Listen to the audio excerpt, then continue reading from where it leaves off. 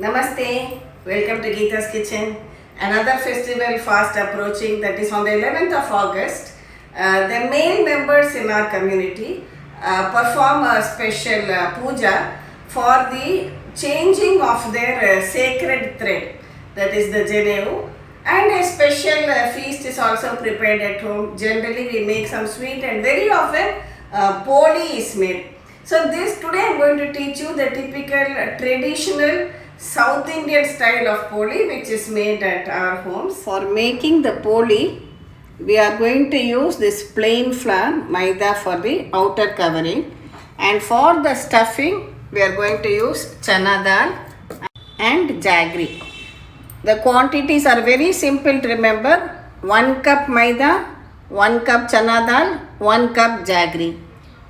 First we will make the dough and keep it ready. So whichever cup you take, same cup you use for measuring all the ingredients. To this we will add a little bit of turmeric powder. Just a pinch of salt. Mix it together. Now add water and we have to make a nice loose and sticky dough.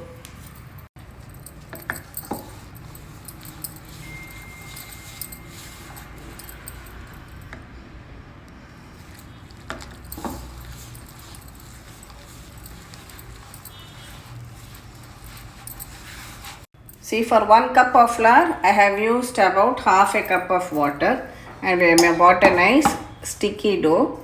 We'll just take a little bit of oil. Traditionally, we use only till oil, that is sesame or gingerly oil as you call it, to make this. So first, with a little bit oil, so that it doesn't stick on your hands, knead everything together once again. See? Our dough is nice, soft and ready. Now we have to soak this dough in this oil and keep. So we add sufficient oil so that the dough remains soaked in it. See, this dough should soak well in this oil, be completely immersed like this. Now don't worry that we are using so much of oil. Later on we can again drain out the excess oil and use it in our everyday cooking, no problem at all. Only if it soaks well like this, you will get nice and soft polis in the traditional way. Now I'll just cover this, keep it aside for 2 hours. For the stuffing, I washed this 1 cup of chana dal. For 1 cup dal, I am adding about 2 cups of water. Add a pinch of turmeric powder to this.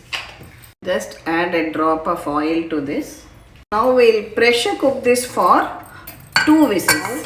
The pressure has released. Let's open our cooker and see.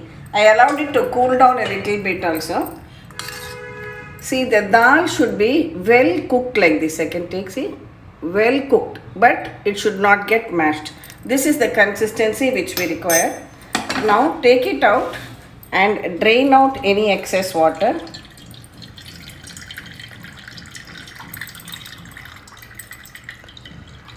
Now take the drained dal in your blender jar and we'll make it into a fine blend.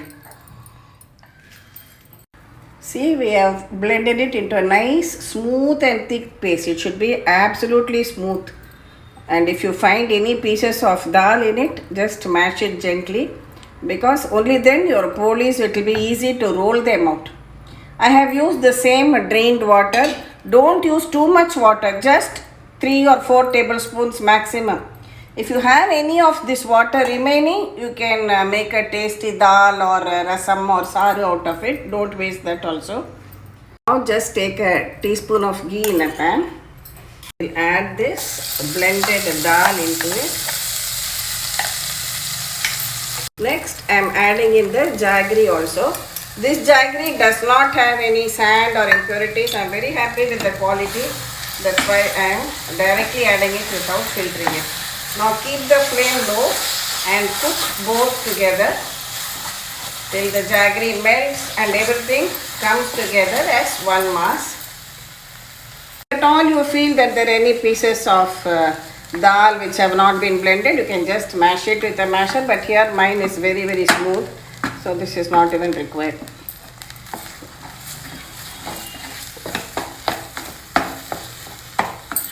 Now we'll just cook it for a few minutes. First the jaggery will melt and then everything will come together again.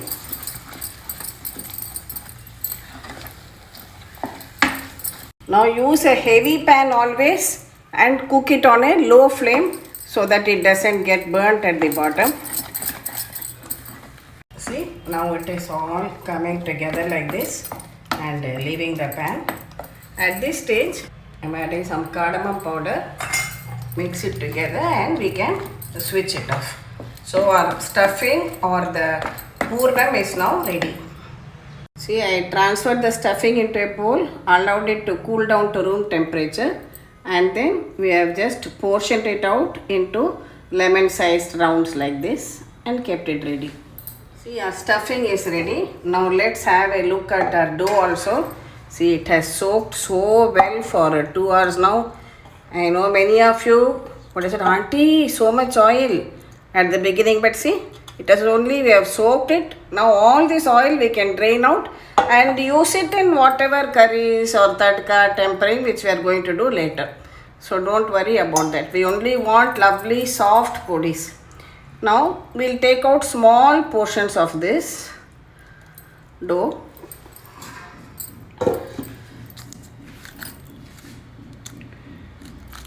And just flatten it out lightly with your fingers.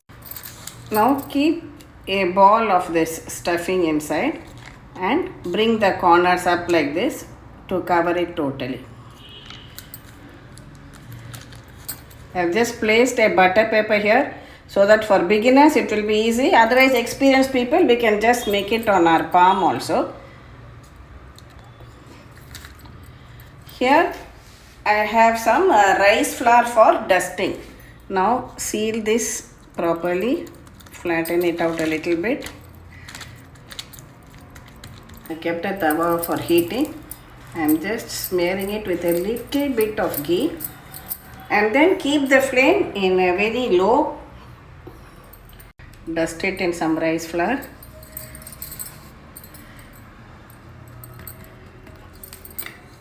And gently roll it out into a thin poli.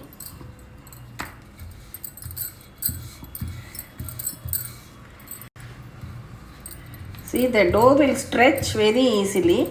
Carefully lift this poli and place it on the tawa like this. You can see it's becoming slightly reddish and it is also bubbling up. Now carefully lift it up and flip it over.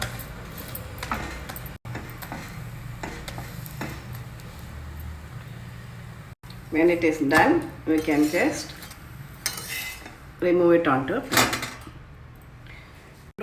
Another way is to, you can cover it with another butter paper like this and then gently roll it with a light hand till you get a nice and thin poli.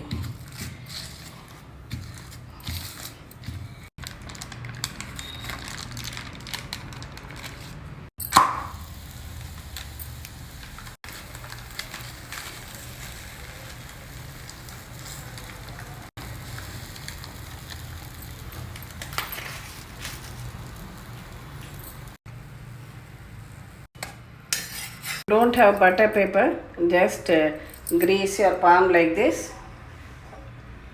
Take a small portion of the dough, flatten it on your palm.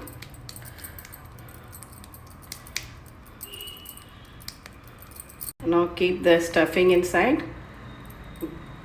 Gather the edges like this, bring it up to cover it.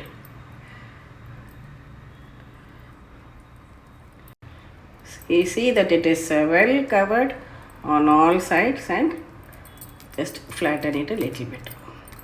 That's why I said that the dal should be well mashed. Only then you won't have any problem in rolling out the dough like this. And it will spread to all sides of the roti.